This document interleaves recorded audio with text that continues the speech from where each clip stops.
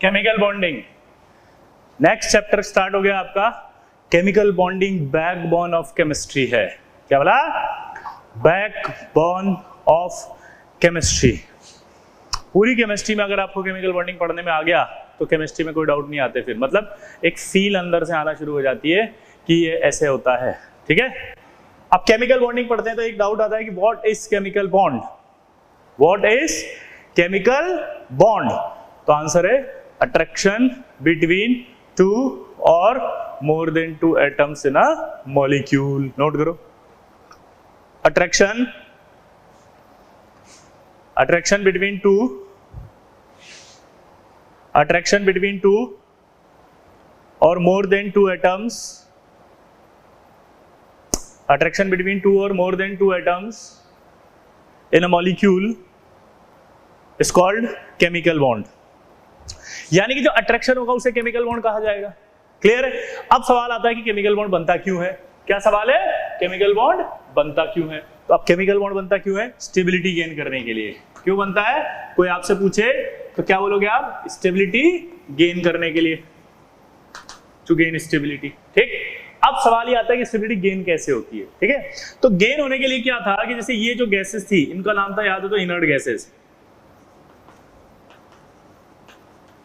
और अगर आप इनका कॉन्फ़िगरेशन देखें तो इसका तो 1s2 था, लेकिन बाकी सब में NS2 NP6 यानी कि 8 इलेक्ट्रॉन आ रहे थे। 8 इलेक्ट्रॉन आ रहे थे, मतलब ये था कि इनका ऑक्टेट कंप्लीट था। इसके लिए बोलते हैं ड्यूप्लेट, है ना। इसका क्या बोलते हैं? ऑक्टेट। ऑक्टेट कंप्लीट था, इसलिए किसी से रिएक्ट नहीं कर रही थी। तो सारे एलिमेंट ने देखा कि साला ये रिएक्ट नहीं करती, तो ये रिएक्ट क्यों नहीं करती।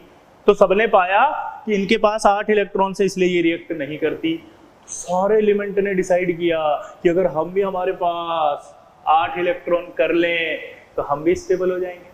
सबने डिसाइड किया कि अगर हम भी हमारे पास 8 इलेक्ट्रॉन कर लें तो हम भी स्टेबल हो जाएंगे।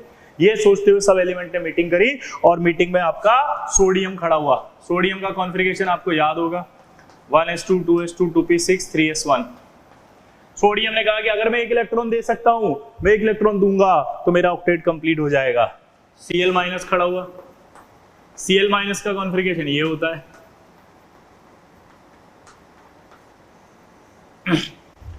अगर ये आपका 3s2 3p5 है तो आप सोच सकते हो क्या हुआ यहाँ पर। 1 इलेक्ट्रॉन अगर ये लेगा तो 3p6 हो जाएगा। 1 इलेक्ट्रॉन अगर ये लेगा तो क्या हो जाएगा? 3p6।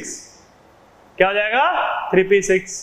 तो अब यहां पर आप बात करो कि ये हो गया 3s1, ये हो गया आपका 3p5। अगर ये 1 इलेक्ट्रॉन दे दे तो इसका ऑक्टेट भी कंप्लीट हो जाएगा। तो सोडियम ने कहा मैं अपना 1 इलेक्ट्रॉन दे सकता हूं, Cl ने कहा मैं अपना 1 इलेक्ट्रॉन ले सकता हूं। तो देखो ये भी ऑक्टेट कंप्लीट हो गया, 6 और 2 8, ये भी होगा 6 और 2 8। यहाँ एक प्लस आएगा, यहाँ माइनस आएगा, इन दोनों के बीच में एक अट्रैक्शन आ जाएगा, वो अट्रैक्शन होगा आयनिक बॉन्ड। इस तरह से एक आयनिक बॉन्ड बन जाएगा। फिर अगला एटम Cl खड़ा हुआ अकेला, बोला साहब मेरे पास तो अब कोई है ही नहीं, मैं तो नहीं दे सकता ऐसे, अब क्या करूं। तो हमने कहा एक काम कर, तू शेयरिंग कर ले। ये शेयरिंग कर लिया, शेयरिंग हो गई। शेयरिंग के बाद ये दोनों इलेक्ट्रॉन इसमें भी काउंट होते हैं, शेयरिंग के बाद ये दोनों इलेक्ट्रॉन इसमें भी काउंट होते हैं। तो ये क्या हो गई? शेयरिंग हो गई। अब ये अगर शेयरिंग हो गई तो ऑक्टेट कंप्लीट हो गया। तो यानी कि अब हमें समझ में आया कि भैया केमिकल बॉन्ड ये होता है attraction between two atoms in a molecule. Chemical bond क्या होता है? Attraction between two atoms in a molecule. ठीक है, दूसरा सवाल कि अट्रैक्शन क्यों होता है, तो आंसर आएगा स्टेबिलिटी गेन करने के लिए। तीसरा सवाल, स्टेबिलिटी कैसे आती है? ऑक्टेट कंप्लीट करके। ठीक है, यहां तक की बात चल रही थी। यहां पर अब सब खुश थे कि सबको लगा यार बॉन्ड फॉर्मेशन इसलिए होता है कि ऑक्टेट कंप्लीट होता है। लेकिन बाद में अचानक से एक डाउट आया। बाद में अचानक से एक डाउट क्या आया? डाउट क्या आया कि अगर ऑक्टेट कंप्लीट करने से स्टेबिलिटी आती है तो ये तो पागल है, ये बड़ा पागल है, ये महापागल है, ये पागलों का पागल है, और ये सबसे बड़ा पागल है। पूछो क्यों? क्योंकि इनका तो ऑक्टेट पहले से ही कंप्लीट था। पूछो क्यों? अरे इनका तो ऑक्टेट पहले से कंप्लीट था भाई का। जीनोन भाई का तो ऑक्टेट कंप्लीट था, 8 इलेक्ट्रॉन थे वे। भैया जीनोन भाई के पास तो 8 इलेक्ट्रॉन थे, जीनोन भाई के पास तो 8 इलेक्ट्रॉन थे। अब क्या करें, जीनोन भाई के पास 8 इलेक्ट्रॉन थे, फिर ये बॉन्ड क्यों बना रहा है? बॉन्ड बना रहा है 8 इलेक्ट्रॉन होने के बावजूद, यानी 8 इलेक्ट्रॉन रखना स्टेबिलिटी का क्राइटेरिया नहीं है। ये क्लियर हो गया? ये बात किसने बताई कि ये बॉन्ड बनाता है? 1962 में एक साइंटिस्ट थे बार्टलेट, एक साइंटिस्ट थे बार्टलेट। तो जो बार्टलेट था वो एक एक्सपेरिमेंट कर रहा था O2 PTF6 का, और एक्सपेरिमेंट करते करते उसने ये कंपाउंड बना लिया, आयनिक कंपाउंड, या प्लस या माइनस। और ये कंपाउंड जो है वो रेड कलर का कंपाउंड था। ये कंपाउंड क्या था? रेड कलर का कंपाउंड। क्या था? रेड कलर का कंपाउंड। तो ये आयनिक कंपाउंड था रेड कलर का। ये कंपाउंड बनने के बाद उसका दिमाग खराब हो गया। पता है क्यों? क्योंकि उसके पास आयनाइजेशन एनर्जी का एक डेटा पड़ा हुआ था O2 और जीनोन की। O2 की जो आयनाइजेशन एनर्जी होती है वो होती है 1175 किलो जूल पर मोल, और इसकी होती है 1170 किलो जूल पर मोल। आप दिमाग की बत्ती जलाओगे, अगर इसकी आयनाइजेशन एनर्जी यानी इसमें से एक इलेक्ट्रॉन निकालने के लिए 1175 एनर्जी लग रही है, तो जीनोन में से निकालने के लिए कितनी लग रही होगी? 1170। तो यानी इससे रिएक्ट करके ये कंपाउंड बन सकता है। तो नो डाउट जीनोन से भी रिएक्ट करके ये कंपाउंड बनना चाहिए ऐसा कैसे ही। और ये सोचते हुए उसने रिएक्शन कराई और शॉक्ड हो गया क्योंकि कंपाउंड बन गया। First discovered compound of noble gases. क्या बोला? First discovered compound of noble gases. First discovered compound of noble gases था, और ये नोबल गैसों का कंपाउंड जो है वो रेड कलर का कंपाउंड था। कैसा था? रेड कलर का। फर्स्ट डिस्कवर्ड कंपाउंड था, और ये फर्स्ट डिस्कवर्ड कंपाउंड कैसा था? रेड कलर का आयनिक कंपाउंड। कैसा था? रेड कलर का। ये कंपाउंड बनते ही समझ में आ गया कि ये भी कंपाउंड नोबल गैसों, मतलब इनर्ट गैस भी कंपाउंड बनाती है, और इसीलिए उन इनर्ट गैसों का नाम बदल करके नोबल गैस रखा गया। इसीलिए उनका नाम बदल करके क्या रखा गया? Noble gas. इसलिए इन्हें नोबल गैस कहा जाता है।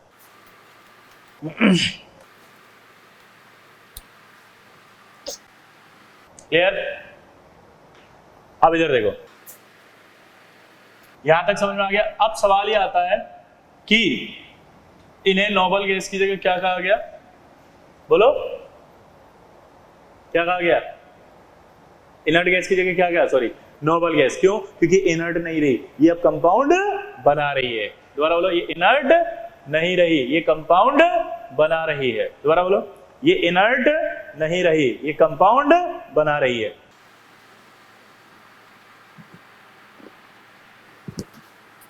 क्लियर सबको? अब आगे की कहानी, क्लासिफिकेशन ऑफ केमिकल बॉन्ड। आखिर कौन कौन सा होता है केमिकल बॉन्ड, देखना जरा।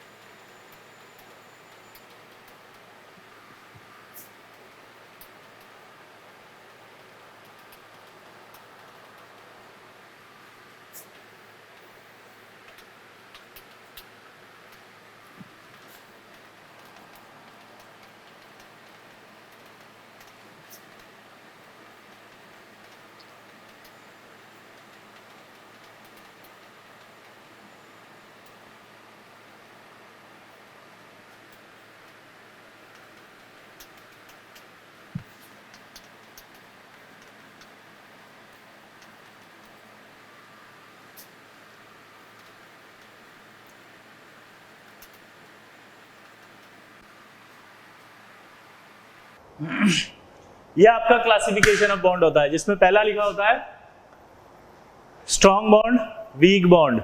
स्ट्रॉन्ग बॉन्ड के अंदर तीन आते हैं, आयनिक बॉन्ड, कोवेलेंट बॉन्ड और मेटेलिक बॉन्ड।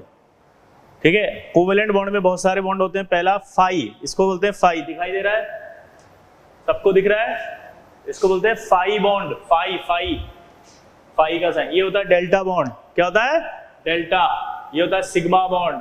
ये होता है आपका क्वाड्रपल बॉन्ड। ये होता है आपका पाई बॉन्ड। ये होता है आपका कोऑर्डिनेट बॉन्ड। ये होता है ब्रिज बॉन्ड। ब्रिज बॉन्ड दो टाइप के होते हैं, 3 सेंटर्ड 2 इलेक्ट्रॉन बॉन्ड, यानी कि इसको एक नाम और देते हैं बनाना बॉन्ड। ये होता है 3 सेंटर्ड 4 इलेक्ट्रॉन बॉन्ड। ये होता है ऑड इलेक्ट्रॉन बॉन्ड, मेटेलिक। ये होता है hydrogen bond. Hydrogen bond generally बनता है फ्लोरीन, ऑक्सीजन और नाइट्रोजन से। किस किस से बनता है? फ्लोरीन, ऑक्सीजन और नाइट्रोजन से। किससे बनता है जल्दी बताओ? फ्लोरीन, ऑक्सीजन और नाइट्रोजन से। या ट्रिपल बॉन्डेड कार्बन, यानी कि ऐसा कार्बन जिसका हाइब्रिडाइजेशन sp होता है। मैंने आपको बताया था sp कार्बन अगर हो जाएगा तो इलेक्ट्रोनेगेटिविटी बढ़ जाएगी, ऑक्सीजन के आसपास आ जाती है, याद है? तो ऑक्सीजन बना सकता है, इसलिए ट्रिपल बॉन्ड कार्बन भी H बॉन्डिंग कर सकता है। समटाइम्स क्लोरीन, कभी कभी क्लोरीन बनाता है। अब ये कहाँ बनाएगा वो जब हम हाइड्रोजन बॉन्ड पढ़ेंगे तब बताएंगे। ये कब बताएंगे? जब हाइड्रोजन बॉन्ड पढ़ेंगे। ठीक है, ये होता है van der Waals force, dipole dipole interaction, dipole induced dipole interaction, instantaneous dipole induced dipole interaction. इन तीनों को मिला के हम बोलते हैं वान डेर वाल्स फोर्स। क्या बोलते हैं इनको? वान डेर वाल्स फोर्स। और इसको बोलते हैं आयन डाइपोल। और ये होता है आपका आयन इंड्यूस्ड डाइपोल। ये केमिकल बॉन्ड है जिसमें से हम अभी जनरली कोवेलेंट बॉन्ड में सिग्मा पढ़ेंगे, पाई पढ़ेंगे, कोऑर्डिनेट पढ़ेंगे, डेल्टा पढ़ेंगे, फाई पढ़ेंगे और क्वाड्रपल पढ़ेंगे। Bridge bonding, odd electron bond और वान डेर वाल्स फोर्स अगले साल आएगा 12वीं में। हाइड्रोजन बॉन्ड भी इसी साल पढ़ेंगे। समझ गए? तो ये हमारा केमिकल बॉन्ड आएगा जो हमें पढ़ना होगा। ठीक है,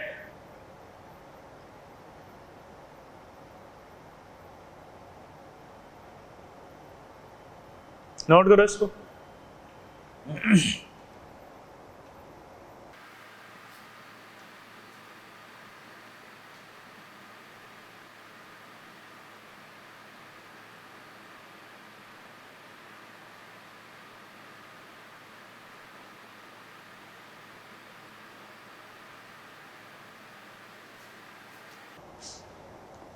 अगला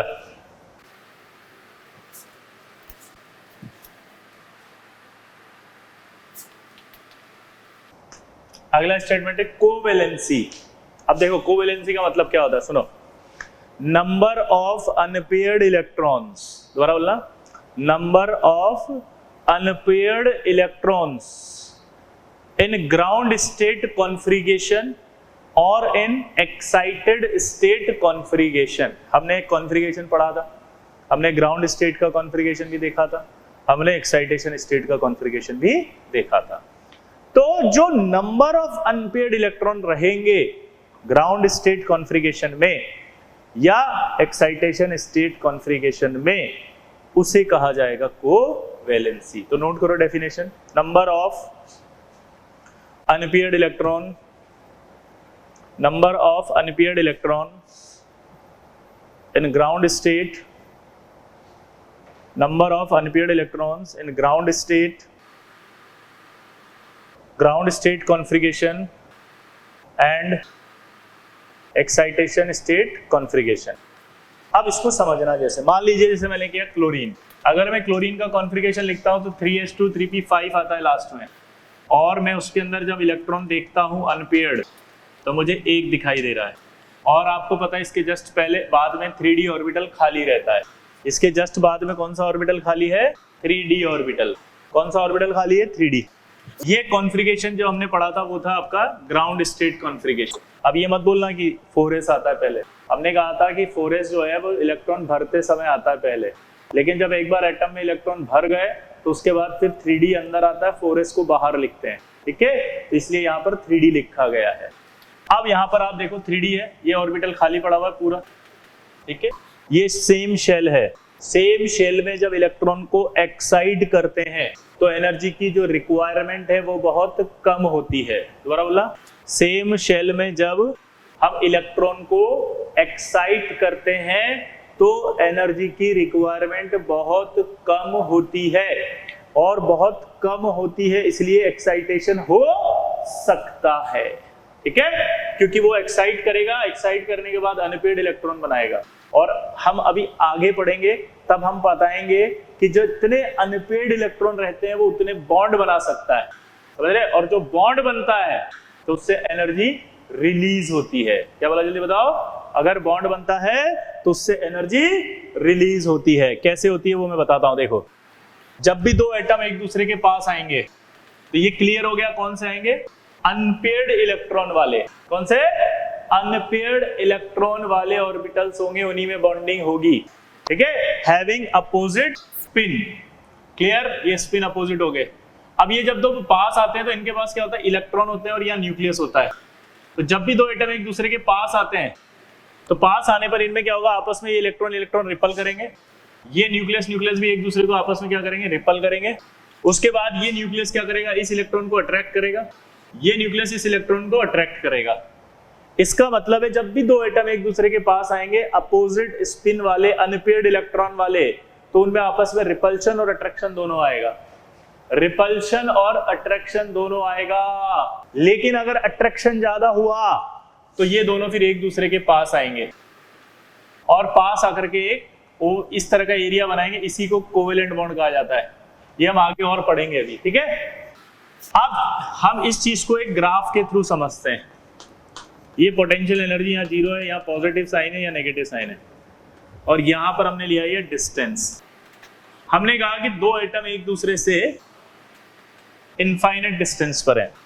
दो एटम एक दूसरे से कहां पर है? अभी इनफाइनाइट। इनफाइनाइट पर है तो कुछ नहीं लग रहा, ना अट्रैक्शन है ना रिपल्शन है, दोनों बराबर होंगे।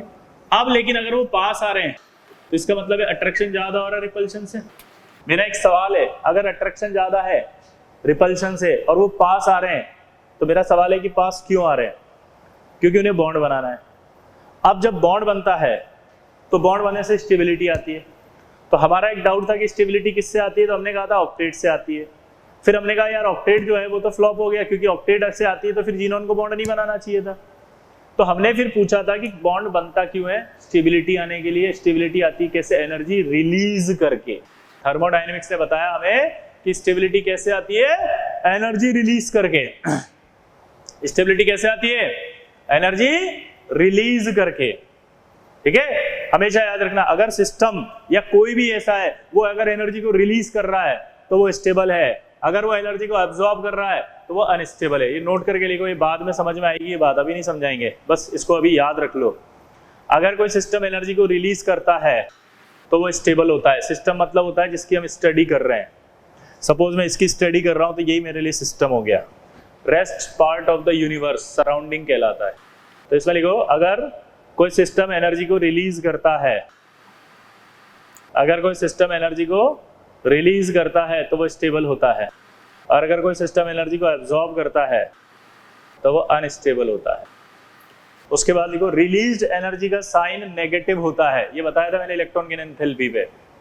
रिलीज्ड एनर्जी का जो साइन है वो नेगेटिव होता है और एब्जॉर्ब्ड एनर्जी का साइन पॉजिटिव होता है। अब इधर ध्यान दो, अब जब वो पास आ रहा है तो पास आ रहा है तो देखो आपका क्या हो रहा है? ये एनर्जी नेगेटिव है, यानी नेगेटिव में एनर्जी आ रही है, यानी एनर्जी रिलीज कर रहा है। मान लो इस पॉइंट पर भी आप देखेंगे तो इस पॉइंट पर भी एनर्जी रिलीज होगी, इस पॉइंट पर भी एनर्जी रिलीज होगी, और इस पॉइंट पर भी एनर्जी रिलीज होगी। ठीक है, अब दोबारा सुनना, दो एटम एक दूसरे के पास आ रहे हैं, अट्रैक्शन ज्यादा है इसलिए रिपल्शन से। अगला सवाल, पास क्यों आ रहे हैं? बॉन्ड बनाना है। बॉन्ड बनाने से क्या होगा? स्टेबिलिटी आएगी। स्टेबिलिटी कैसे आएगी? एनर्जी रिलीज करके। अब अगर किसी पॉइंट पर एनर्जी रिलीज हो रही है कम और किसी पॉइंट पर एनर्जी रिलीज हो रही है ज्यादा, तो बताओ बॉन्ड कहां बनाना पसंद करेगा? जहां एनर्जी ज्यादा रिलीज हो रही है। तो इन तीनों पॉइंट्स में आप देखो तो नेगेटिव वैल्यू सबसे ज्यादा यहां आएगी, यानी कि इस पॉइंट पर जो है वो एनर्जी सबसे ज्यादा रिलीज हो रही है। इस पॉइंट पर अगर सबसे ज्यादा एनर्जी रिलीज हो रही है तो इस पॉइंट को हम बॉन्ड फॉर्मेशन पॉइंट कहते हैं। क्या कहते हैं?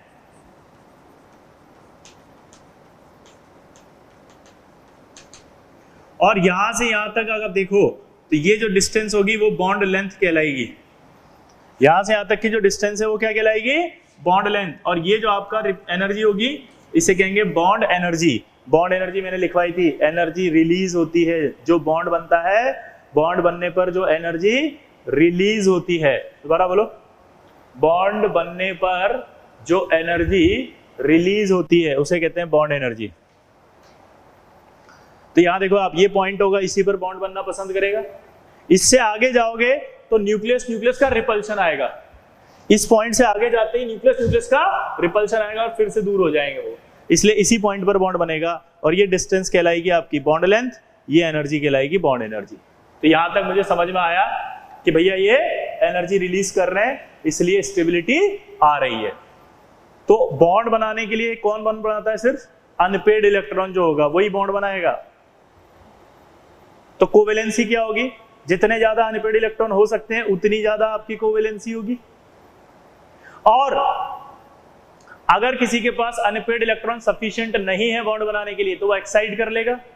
और एक्साइटेशन में अगर एनर्जी की रिक्वायरमेंट आ रही है और अगर वो रिक्वायरमेंट बहुत कम है और बॉन्ड बनने पर जो एनर्जी रिलीज बहुत ज्यादा है तो दोनों को जब टोटल करोगे तो एनर्जी रिलीज ही होगी। तो इसलिए एटम एक्साइट कर लेता है और अपनी कोवेलेंसी बढ़ा लेता है ताकि वो बॉन्ड बना सके और स्टेबल हो सके। लेकिन एक्साइटेशन सिर्फ कहां हो सकता है? अपने ही शेल में, क्योंकि अपने ही शेल में एक्साइट करने पर एनर्जी की रिक्वायरमेंट बहुत कम आती है। अगर आपने किसी और के शेल में एक्साइट कर दिया तो उसको जो एनर्जी चाहिए वो बहुत ज्यादा चाहिए होती है, और वो इतनी ज्यादा होती है कि जो अमाउंट एनर्जी रिलीज हो रही है उससे भी ज्यादा चाहिए होती है। इसलिए वो कभी भी बॉन्ड बनाने के लिए दूसरे के शेल में एक्साइट नहीं करेगा। यानी एक्साइटेशन सिर्फ तब तक होएगा जब तक आप इलेक्ट्रॉन अपने ही शेल में एक्साइट करोगे।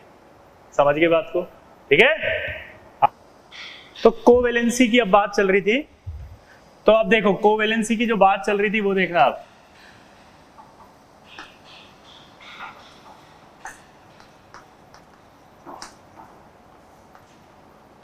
ये आपका Cl है।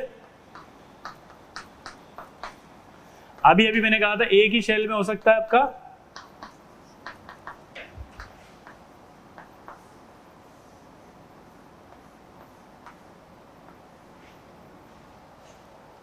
ये आपका एक ही शेल है, थर्ड शेल। ये आपका एक ही शेल है, थर्ड शेल। आया ना?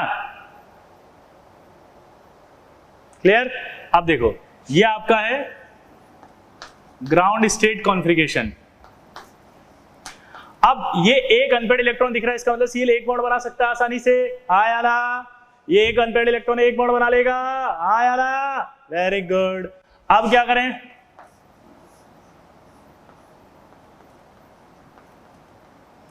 क्या ये एक इलेक्ट्रॉन एक्साइट कर सकता है क्या? यहां से देखो आप, यहां एक इलेक्ट्रॉन एक्साइट कर दिया, ये कर सकता है क्योंकि एक ही शेल है, एक ही शेल है तो ये कर सकता है। तो यानी कि आप देखो यहां पर ये बॉन्ड बन गया।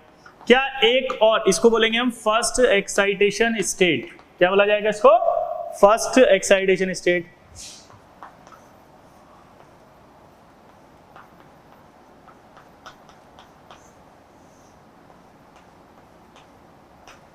ये यहां आ गया, कितना हुआ ये? 1 2 3 4 5, कितना हुआ? Second excitation state.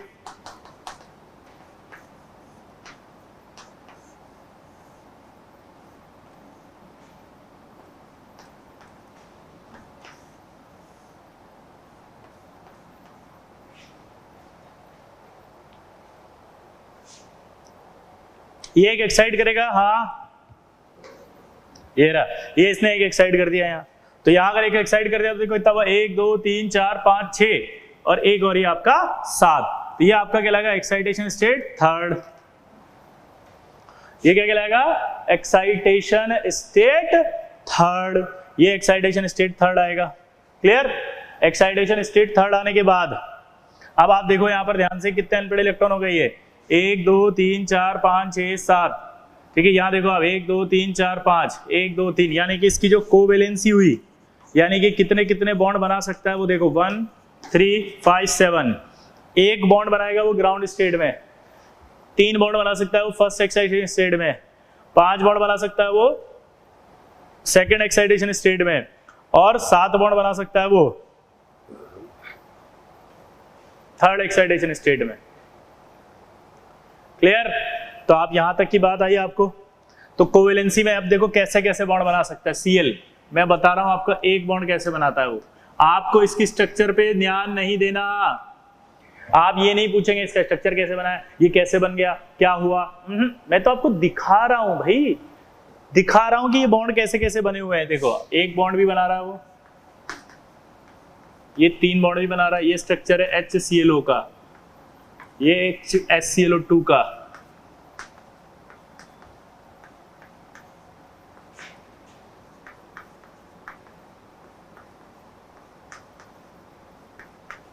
ये आपका HClO3 का, और ये आपका HClO4 का। आप देखो यहां देखोगे आप एक बॉन्ड Cl का एक बॉन्ड, यहां देखोगे Cl के 3 बॉन्ड, यहां देखोगे Cl के 5 बॉन्ड, यहां देखो Cl के 7 बॉन्ड। ऐसे बना सकता है ये। तो अगर आपसे बोले कि ये आपका कौन सी स्टेट में बना हुआ कंपाउंड होगा, फर्स्ट एक्साइटेशन स्टेट या ग्राउंड स्टेट, तो आंसर है ग्राउंड स्टेट में। ये फर्स्ट एक्साइटेशन स्टेट में, ये सेकंड, ये थर्ड। ठीक, अब जैसे Cl की बात हुई,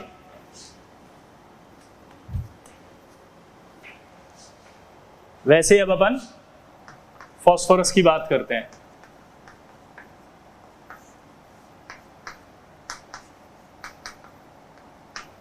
ये इसका नॉर्मल कॉन्फ़िगरेशन होता है, और ये आपका नॉर्मल कॉन्फ़िगरेशन कहलाएगा ग्राउंड स्टेट में।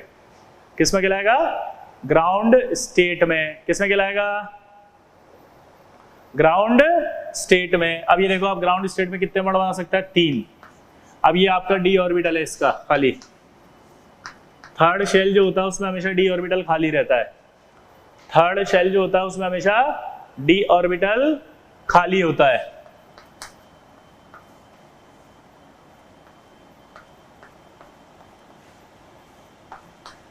तो यहां से एक इलेक्ट्रॉन एक्साइट करेगा वो यहां, ये कहलाएगा आपका फर्स्ट एक्साइटेशन स्टेट।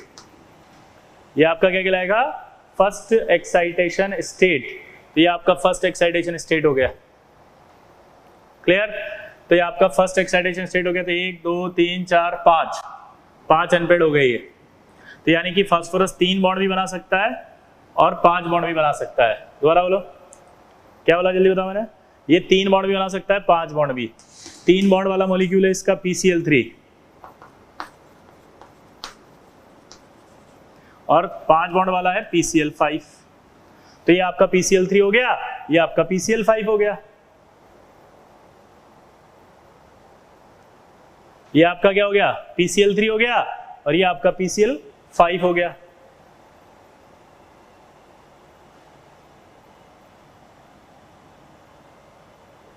क्लियर? अब देखो, तो फास्फोरस बना रहा है। अब अपन सल्फर की बात कर लें। ये सल्फर है, सल्फर में यहां पर P4 होता है। अब आप देखो इसमें ग्राउंड स्टेट में कितने अनपेड इलेक्ट्रॉन है? 2। ग्राउंड स्टेट में कितने अनपेड इलेक्ट्रॉन है? 2। तो फर्स्ट एक्साइटेशन स्टेट की बात अगर अपन करें तो यहां से एक इलेक्ट्रॉन एक्साइट करेगा, यहां आ जाएगा। तो फर्स्ट एक्साइटेशन स्टेट में कितना हो गया? 4 अनपेड इलेक्ट्रॉन।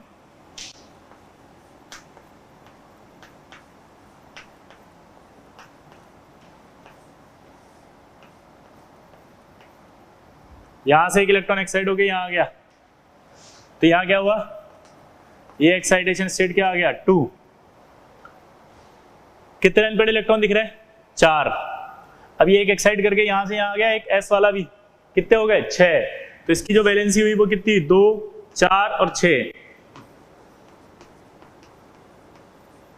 यानी कि ये ग्राउंड स्टेट में बनाएगा, ये फर्स्ट एक्साइटेशन स्टेट में, और ये सेकंड। जैसे SF2, ये SF2 बना सकता है, 4 बॉन्ड है तो SF4 बना सकता है, और ये SF6 बना सकता है। ठीक है? क्लियर? तो सल्फर के लिए भी आपको पता लग गया कि SF2 भी एग्जिस्ट करेगा, SF4 भी करेगा, और SF6 भी करेगा। क्लियर? क्या बोला जल्दी बताओ?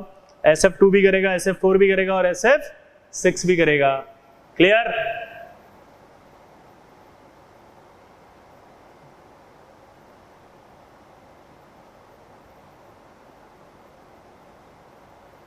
क्लियर, मिटा दो।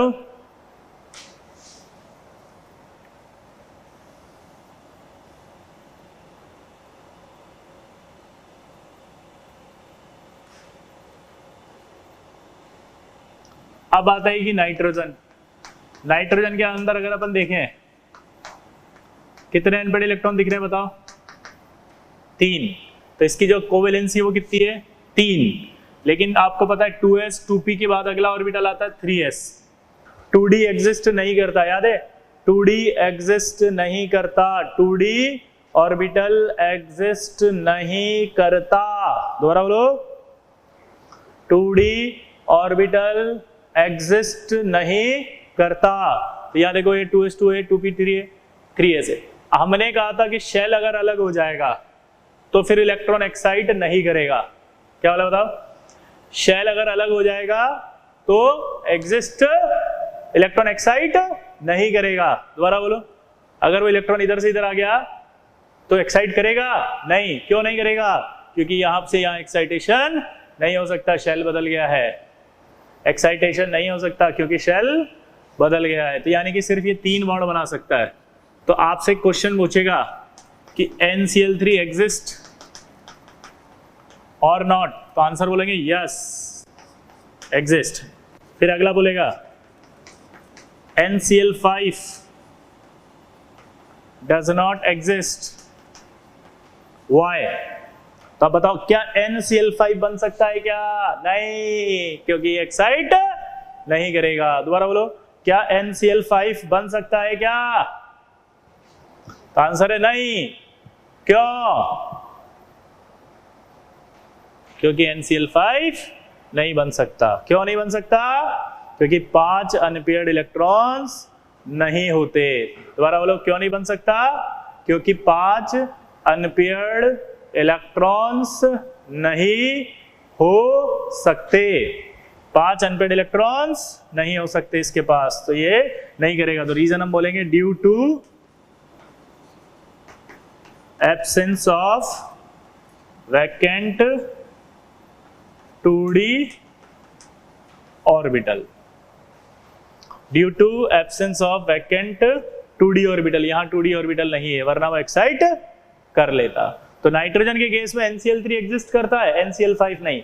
लेकिन फास्फोरस के केस में PCl3 एग्जिस्ट करता है, PCl5 भी एग्जिस्ट करता है। क्यों? क्योंकि 3d ऑर्बिटल होता है वहां, और वो 3d ऑर्बिटल में इलेक्ट्रॉन एक्साइट कर लेता है। अगला सवाल, मिटा दो इसको।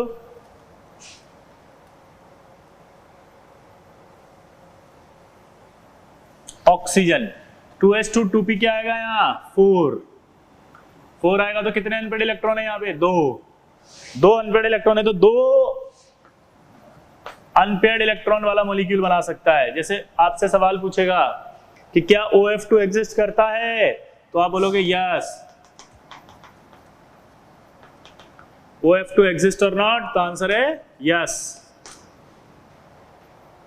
OF2 एग्जिस्ट और नॉट बोलो, तो आंसर है यस।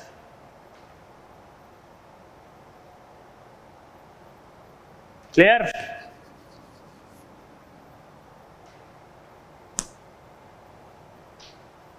अगला देखो, अब सवाल पूछ रहा है कि क्या OF4 एंड OF6, या यूं कह रहे हैं कि OF4 and OF6 do not exist. दोबारा बोलो, OF4 and OF6 do not exist. तो रीजन वही होगा कि यहां पर 2s2 2p4 है। क्या ये एक्साइट कर पाएगा? नहीं। क्यों? क्योंकि एब्सेंस ऑफ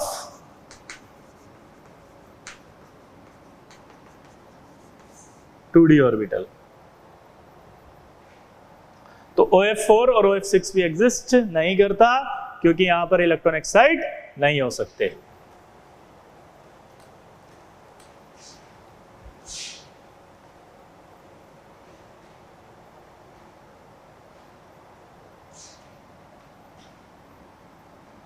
क्लियर? अगला, फ्लोरीन फ्लोरीन में अगर देखोगे तो 2s2 2p5 आएगा। तो फ्लोरीन एक अनपेड वाला इलेक्ट्रॉन तो कंपाउंड तो बना सकता है, जैसे HF एक बॉन्ड बना सकता है, तो आंसर आएगा HF एग्जिस्ट, यस। पर अब सवाल पूछ रहा है कि HFO2, HFO3, HFO4 यानी कि क्या ऐसे कंपाउंड एग्जिस्ट करेंगे जैसे Cl ने बनाए थे?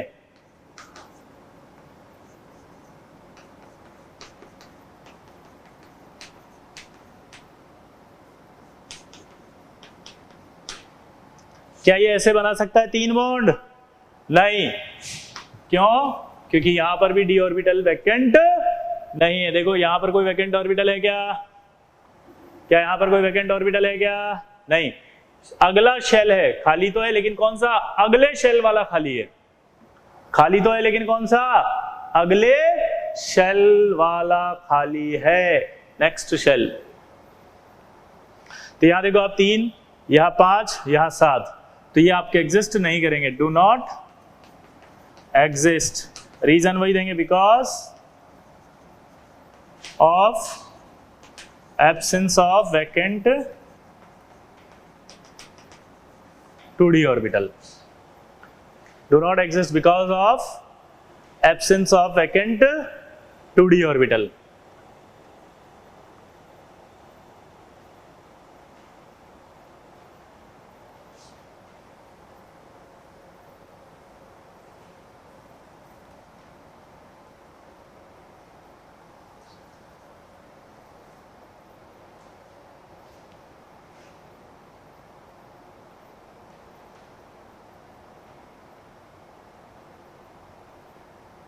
क्लियर? तो आपको इस तरह से मॉलिक्यूल कौन से एग्जिस्ट करेंगे कौन से नहीं करेंगे ये समझ में आ जाएगा। कोवेलेंसी समझ में आ जाएगा, बोलो। तो जनरली अगर मैक्सिमम कोवेलेंसी निकालनी हो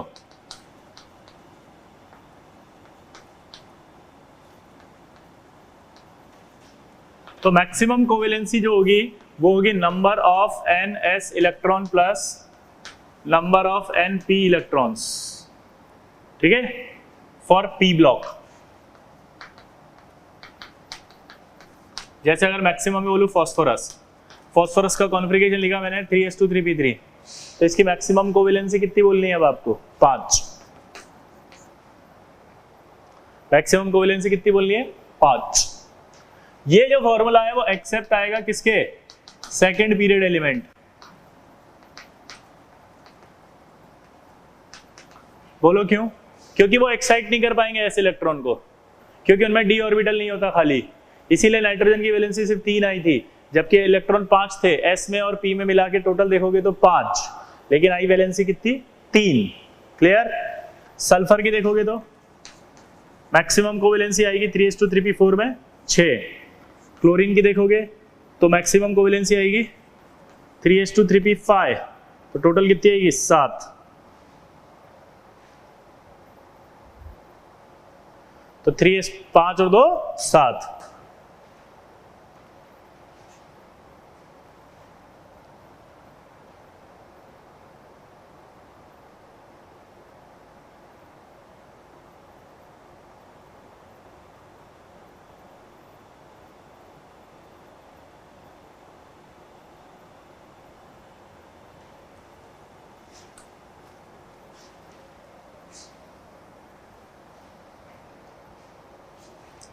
अगर आप S ब्लॉक की निकालना ही है मैक्सिमम कोवेलेंसी, तो S ब्लॉक की तो इलेक्ट्रॉन होते हैं NS इलेक्ट्रॉन, इसमें 1 से 2 होते हैं।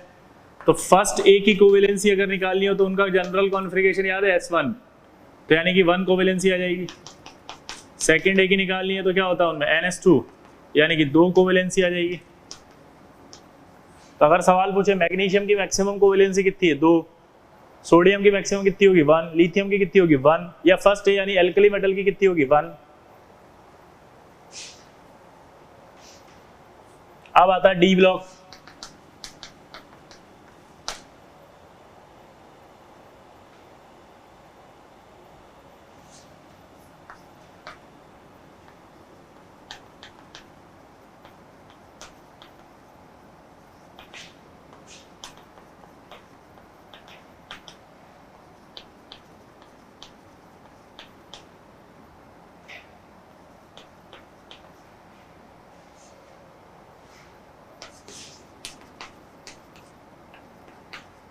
देखो अगर आपको डी ब्लॉक एलिमेंट में निकालनी है मैक्सिमम कोवेलेंसी, तो क्रोमियम का जो कॉन्फ़िगरेशन है वो होता है 3d5 4s1, तो टोटल वैलेंस कितना हो गया 6।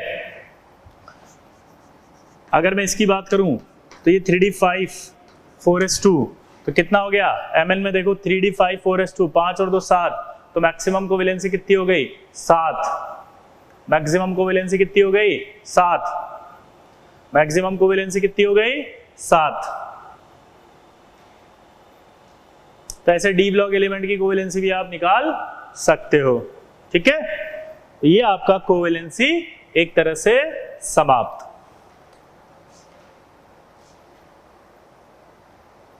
अब कोवेलेंसी के बाद अगला आता है ऑक्सीडेशन स्टेट।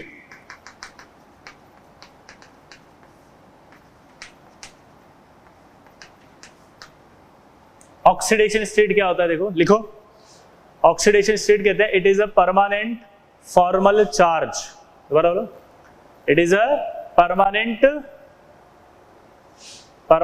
Formal charge. ये फॉर्मल चार्ज क्या होता है मैं थोड़ी देर बाद बताऊंगा, अभी आप दिमाग में बिठा लो बस। इट इज अ बोलो परमानेंट फॉर्मल चार्ज, ठीक है। अब कैसे होता है वो देखते हैं।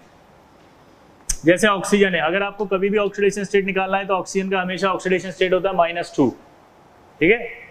नाइट्रोजन का निकालना है तो -3, क्लोरीन का निकालना है -1, ठीक है। ऑक्सीजन का -2 होता है, लेकिन कुछ कंपाउंड में जैसे ये H2O2 है, इसमें इसका -1 होगा। -1 इनको बोलते हैं परऑक्साइड्स को। और अगर यहाँ OF2 आ जाता तो यहाँ बोलते हैं अपन +1, ठीक है। और अगर OF2 आ जाए तो इसमें आएगा +2। अब ये मैंने कैसे किया वो समझना आप, ठीक है। स्ट्रक्चर में ऑक्सीडेशन स्टेट कैसे निकालते हैं वो समझना। हमने इलेक्ट्रोनेगेटिविटी पढ़ी थी अगर याद हो तो, helium, lithium, hydrogen, helium, beryllium, boron, carbon, nitrogen, oxygen और फ्लोरीन और क्लोरीन। 2.1, 1, 1.2, 2.53, 3.5, 4 और 3।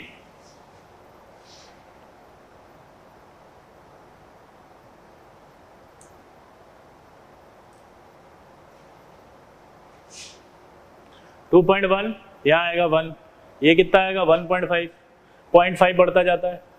अब अगर आप देखोगे तो हाइड्रोजन और ऑक्सीजन में किसकी इलेक्ट्रॉनिगेटिविटी ज्यादा है, ऑक्सीजन की। ये क्या है इलेक्ट्रॉन नेगेटिविटी, पहले भी पढ़ा चुका हूं मैं। तो हाइड्रोजन की अगर हम बात करते हैं तो हाइड्रोजन की इलेक्ट्रॉन नेगेटिविटी ज्यादा है या ऑक्सीजन की, तो आंसर है ऑक्सीजन की। तो ये ऑक्सीजन ने इलेक्ट्रॉन खींच लिया, ऑक्सीजन ने इलेक्ट्रॉन खींचा तो क्या आएगा यहाँ पर -1। यहाँ भी ऑक्सीजन खींचेगा, क्या आएगा यहाँ पे -1। लेकिन ये दोनों एटम सेम है तो एक दूसरे से नहीं खींच पाएंगे, तो इसलिए यहाँ ऑक्सीडेशन स्टेट कितना कहा -1। तो स्ट्रक्चर में से अगर आपको ऑक्सीडेशन स्टेट निकालना है तो आपको इलेक्ट्रॉन नेगेटिविटी चेक करके निकालना पड़ेगा। देखो कैसे। अब यहां पर मैंने चेंज कर दिया, F कर दिया। अब जैसे ही F हो गया तो F इलेक्ट्रोनेगेटिव ज्यादा है ऑक्सीजन, ऑक्सीजन का 3.5, F का 4 है। तो कौन ज्यादा इलेक्ट्रोनेगेटिव है बताओ, ऑक्सीजन नहीं, इस बार फ्लोरीन। तो फ्लोरीन ने अपनी ओर इलेक्ट्रॉन को खींच लिया, फ्लोरीन ने अपनी ओर इलेक्ट्रॉन को खींच लिया तो क्या आ गया यहाँ पे +1। इधर अपनी ओर खींच लिया इसको तो क्या आ गया ये +1। तो ये +1 और +1 आ गया, आया ना, बोलो। तो ये अगर +1 और +1 आ गया तो इसका मतलब क्या निकला, यहां पर प्लस यहाँ प्लस। इधर देखो अब यहां पर कौन इलेक्ट्रोनेगेटिव ज्यादा है, फ्लोरीन। फ्लोरीन एक इधर खींचा, एक प्लस, एक इलेक्ट्रॉन उधर खींचा, एक और प्लस। टोटल ऑक्सीजन पर कितना आया 2+। तो अगर यहाँ 2+ आ रहा है तो यहाँ 2+ आएगा। तो अगर H2O2 हो यानी परऑक्साइड हो तो ऑक्सीजन पर -1 चार्ज लेना है, O2F2 लो तो +1 लेना है, OF2 लो तो +2 लेना है, बाकी सब में ऑक्सीजन का -2 चार्ज लेना है, ठीक है। अगला देखो हाइड्रोजन। हाइड्रोजन विद मेटल्स अगर है तो जितनी भी मेटल्स होती हैं वो इलेक्ट्रॉन निकालती हैं आराम से, तो मेटल पर हमेशा प्लस आता है। अगर मेटल के साथ हाइड्रोजन जुड़ा है तो इसका मतलब इलेक्ट्रॉन लेगा, तो उस पर हमेशा आएगा -1। लेकिन अगर हाइड्रोजन विद नॉन मेटल्स जुड़ा है तो वो ऑक्सीडेशन स्टेट रखेगा हमेशा +1, ठीक है। नोट करो इसको।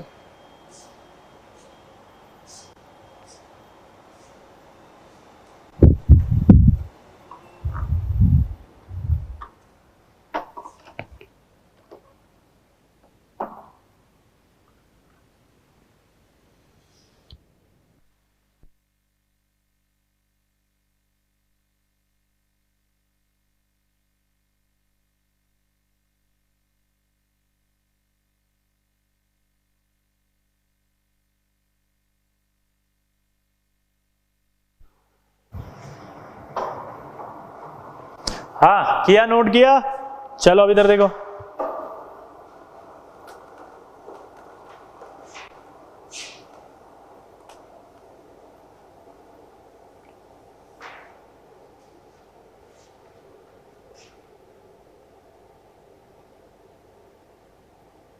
अब आपसे क्वेश्चन पूछा जाएगा कि H2SO4 का ऑक्सीडेशन स्टेट निकालो सल्फर का। जिसका आपको ऑक्सीडेशन स्टेट निकालना है उसे X मान लो। अब ये हाइड्रोजन जुड़ा हुआ है किसके साथ? नॉन मेटल के साथ, तो ये कितना आएगा 2। सल्फर का X, ऑक्सीजन 4 है और -2 ऑक्सीजन का लेना है। यहां पर चार्ज कुछ भी नहीं दिख रहा तो 0 चार्ज, यहाँ कहीं पर भी चार्ज दिख रहा है इसके ऊपर नहीं, तो यानी ओवरऑल चार्ज 0 है इसका टोटल। अब आप देखो 2 + x, 4 × 2 -8, तो x बराबर आएगा +6। x बराबर क्या आएगा?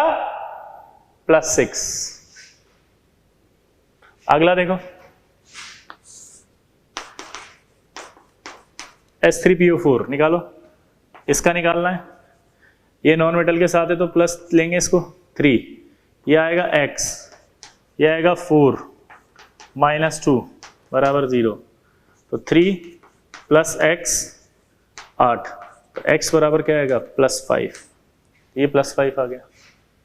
तो इस तरह से आपको कोई भी कंपाउंड दे दे और ऑक्सीडेशन स्टेट निकालवाए तो बता देंगे। N2O5, 2x 5 -2 बराबर 0, कैसे आया बताओ? इसका निकालना है नाइट्रोजन का, तो हमने इसको 2x लिया, यहां पर मैंने क्या लिया 5, ये ऑक्सीजन पर -2 चार्ज है तो -2, और कितना आया 0, तो 2x बराबर कितना हुआ 10, तो x बराबर कितना आया 5। अब देखो नाइट्रोजन का ऑक्सीडेशन स्टेट आया है 5, नाइट्रोजन का ऑक्सीडेशन स्टेट आया है 5, कोवेलेंसी नहीं, कोवेलेंसी 3 ही थी, ध्यान रखना, कोवेलेंसी 3 होगी, ऑक्सीडेशन स्टेट 5 होगा। अभी हम डिफरेंस लिखेंगे, difference between covalency and oxidation state, तो आप कंफ्यूज नहीं होंगे, ठीक है। अगला देखो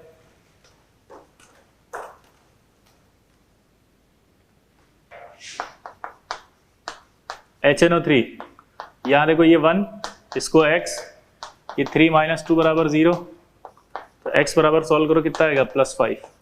ये नाइट्रोजन का ऑक्सीडेशन स्टेट फिर से +5 आ गया, ठीक है। तो ये आपके पास इस तरह के सवाल आएंगे, कर देंगे। N3H में नाइट्रोजन का ऑक्सीडेशन स्टेट निकालो, तो ये 1 आ गया, प्लस ये 3x बराबर 0, ये 1 सॉरी ये 3x बराबर -1 आएगा, 3x उधर गया तो -1 आएगा, तो x बराबर -1/3। तो ये आपका नाइट्रोजन का ऑक्सीडेशन स्टेट आ गया 1/3। इसको कहते हैं हम हाइड्राजोइक एसिड। क्या कहते हैं इसको? Hydrazoic acid, hydrazoic acid.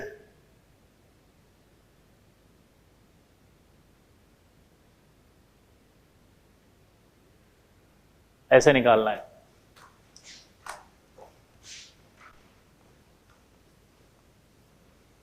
अब देखो अगला,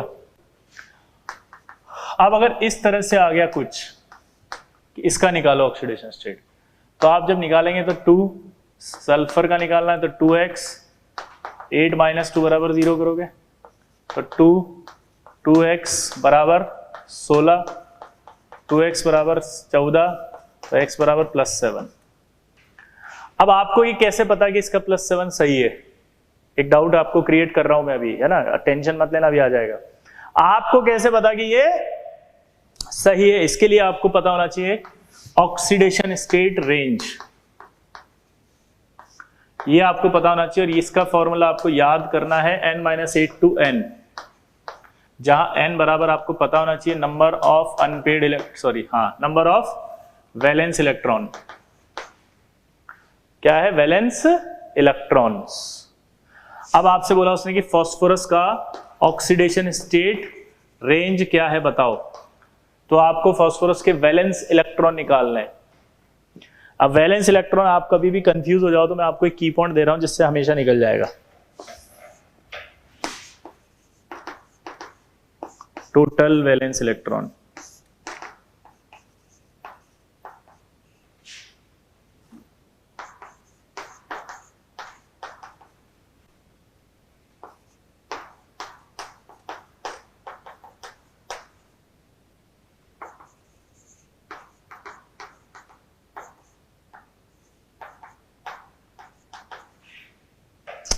अगर मैं यहां से यहां जा रहा हूं तो देखो ये क्या हो रहा है, total number of valence electron बढ़ रहे हैं। अगर आप यहां देखो तो क्या है, बेरिलियम, बेरिलियम में 1s2 2s2, आउटर शेल में 2 इलेक्ट्रॉन थे। या यूं कहूं कि बेरिलियम सेकंड ए का था, जो सेकंड ए का है उसमें 2 वैलेंस, थर्ड ए का 3, फोर्थ ए का 4, फिफ्थ ए का 5, सिक्स ए का 6, सेवन ए का 7, एट्थ का 8 मतलब 0 आ गया था ना, 18th ग्रुप।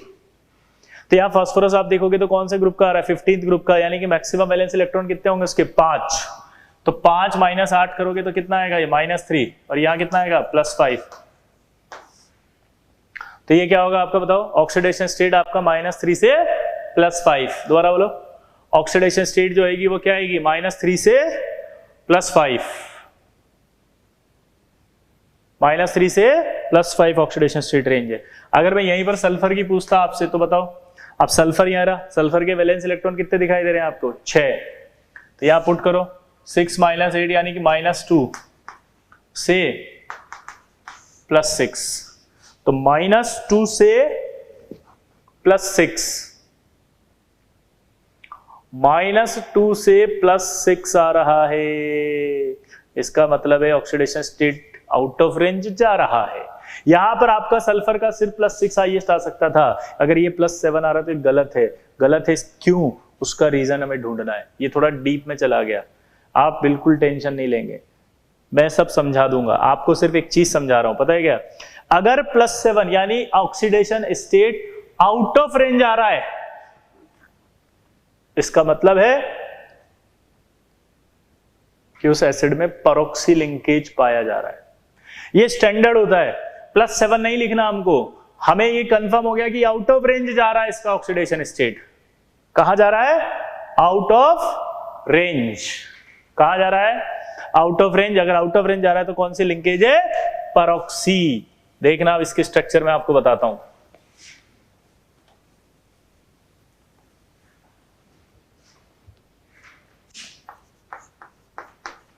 आप बिल्कुल भी टेंशन नहीं लेंगे कि ये स्ट्रक्चर आपने कैसे बना दी, ये आप सीखने वाले हैं इसी चैप्टर में जिसका नाम होगा structure of oxy acids.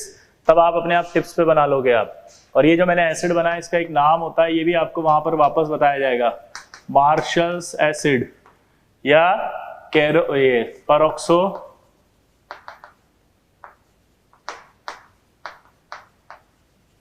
Die sulphuric acid. क्या होता है ये, परऑक्सो डाई सल्फ्यूरिक एसिड। क्या होता है जल्दी बताओ, ये परऑक्सो डाई सल्फ्यूरिक एसिड। क्या होता है जल्दी बताओ, परऑक्सो डाई सल्फ्यूरिक एसिड। ठीक है, तो आप देखो ध्यान से, यहां पर आप देखो स्ट्रक्चर के हिसाब से ऑक्सीडेशन स्टेट कितनी आ रही है। ऑक्सीजन और सल्फर में इलेक्ट्रॉन कौन खींचेगा, ऑक्सीजन। यहां कितना चार्ज आएगा, 1+। यहां पर ये 2 इलेक्ट्रॉन खींचेंगे, अगर इन दोनों ने अपनी और इलेक्ट्रॉन खींचा तो कितना आया, +2, टोटल हुआ +3। ये इलेक्ट्रॉन फिर से खींचेंगे अपनी और, तो कितना आया, +2 +2 +4, और एक और आया तो +5। ये भी एक इलेक्ट्रॉन खींचेगा यहां से, तो कितना आया, +6। तो नेट ऑक्सीडेशन स्टेट इसका आया +6। उसका देखो, उसका भी +6। तो आपको अगर आउट ऑफ रेंज आ जाए तो आपको समझना है कि ये पैरोक्सी लिंकेज पाई जाएगी। देखो ये लिंकेज आ गई पैरोक्सी। ठीक है, अब इस पर सवाल कैसा आएगा देखो आप।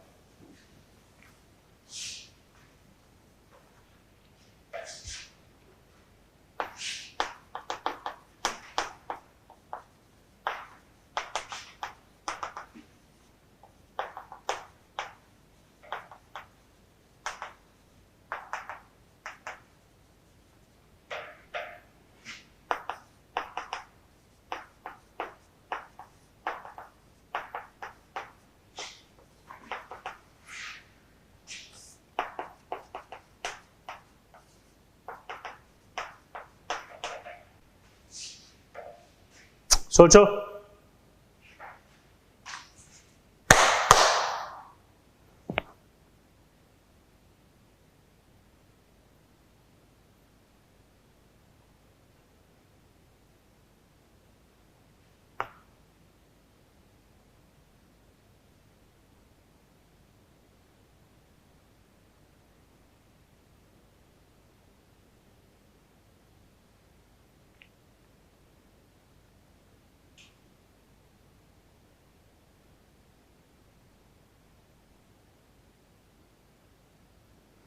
अब आप सबका ऑक्सीडेशन स्टेट निकालो पहले। इसका आ रहा है +4, इसका आ रहा होगा +3, इसका +7 और ये आपका आ रहा होगा प्लस, निकालो 8।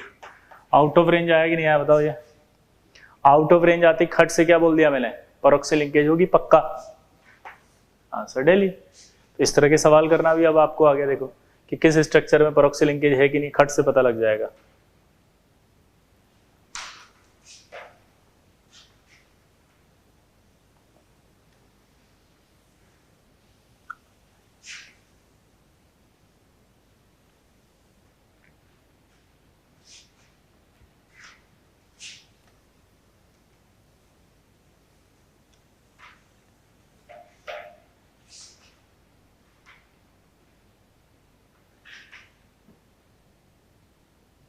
क्लियर। अब लिखो difference between covalency and oxidation state. पहला, कोवेलेंसी होती है नंबर ऑफ नो नहीं है ये, number of unpaired electron in ground state और इन एक्साइटेशन स्टेट। ये क्या बताया था मैंने, it is a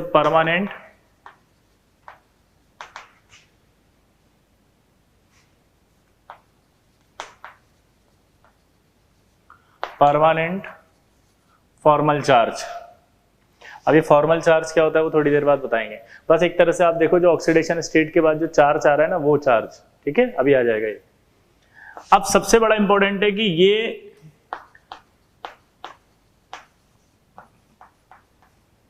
number of bonds पर डिपेंड करती है। जैसे किसी का बॉन्ड 1 है तो आप बोलोगे उसकी कोवेलेंसी 1 है, किसी के बॉन्ड 2 है तो उसकी कोवेलेंसी कितनी होगी, 2। किसी की नंबर ऑफ बॉन्ड 3 है तो कोवेलेंसी कितनी होगी, 3। But it does not depends upon number of bonds. ये डिपेंड्स है ना, ये जीरो फ्रैक्शनल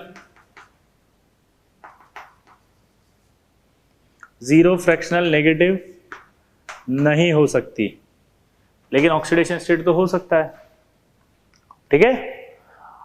अब देखो इसमें कि कैसे डिफरेंशिएट करते हैं, ठीक है, देखना जरा आप।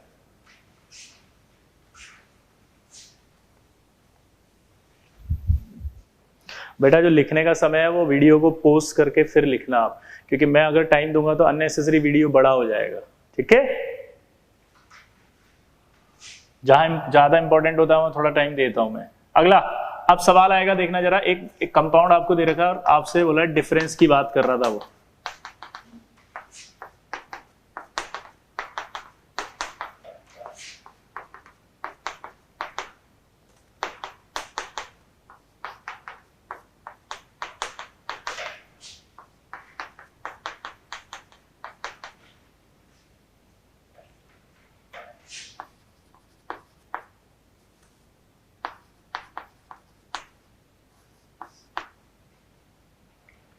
कोवेलेंसी नंबर ऑफ बॉन्ड पे डिपेंड करती है, तो इसकी कोवेलेंसी कितनी है, 4।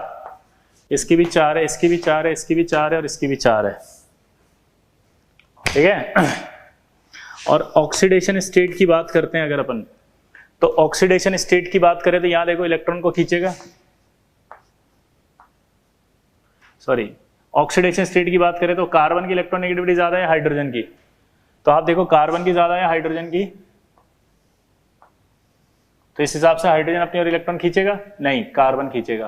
कार्बन की इलेक्ट्रॉन नेगेटिविटी ज्यादा होती है 2.5, तो जब वो एक इलेक्ट्रॉन खींच रहा है तो एक माइनस, एक और इलेक्ट्रॉन खींच रहा है, एक और माइनस, 2 माइनस, कार्बन एक और खींच रहा है 3 माइनस, एक और खींच रहा है तो 4 माइनस, इसका तो कोवेलेंसी -4 आई ऑक्सीडेशन स्टेट। इसकी ऑक्सीडेशन स्टेट कितनी आएगी? -4। उधर आओ, अब यहां कार्बन खींचेगा, यहां भी कार्बन खींचेगा, यहां भी कार्बन खींचेगा। कार्बन ने खींचा तो कितना आया यहाँ 3 माइनस, लेकिन यहाँ Cl अपनी और इलेक्ट्रॉन खींचेगा, मोर इलेक्ट्रोनेगेटिव है तो कितना आया +1। टोटल करोगे तो कितना बचा -2। उधर आओ, कार्बन खींचेगा, कार्बन खींचेगा, Cl खींचेगा, Cl खींचेगा, तो कार्बन ने खींचा तो -2, Cl ने अपनी खींचा +2, ऑक्सीडेशन स्टेट 0। यहाँ कितना आया? कार्बन ने खींचा -1, Cl ने 3 खींचा तो +3, टोटल कितना बचा +2। यहाँ आओ, इसने अपनी ओर खींचा, कार्बन ने नहीं, Cl ने खींचा, Cl ने खींचा, Cl ने खींचा, Cl ने खींचा तो +4 ऑक्सीजन। तो आप देख सकते हो यहाँ पर कि कोवेलेंसी नंबर ऑफ बॉन्ड पर डिपेंड कर रही है, इसलिए नंबर ऑफ बॉन्ड 4 ही आए हैं, लेकिन oxidation state number of bond पर डिपेंड नहीं कर रही है। सारे एटम्स में, सारे कंपाउंड में 4 ही बॉन्ड है, लेकिन फिर भी ऑक्सीडेशन स्टेट अलग अलग आई है। नेगेटिव भी आ गई, 0 भी आ गई। अभी मैंने HN3 लिखवाया था, उसमें फ्रैक्शनल भी आई थी 1/3। क्लियर? तो ये आपका ऑक्सीडेशन स्टेट और कोवेलेंसी समाप्त। नोट कर लेना इसको, बाकी नेक्स्ट टाइम पे पढ़ेंगे।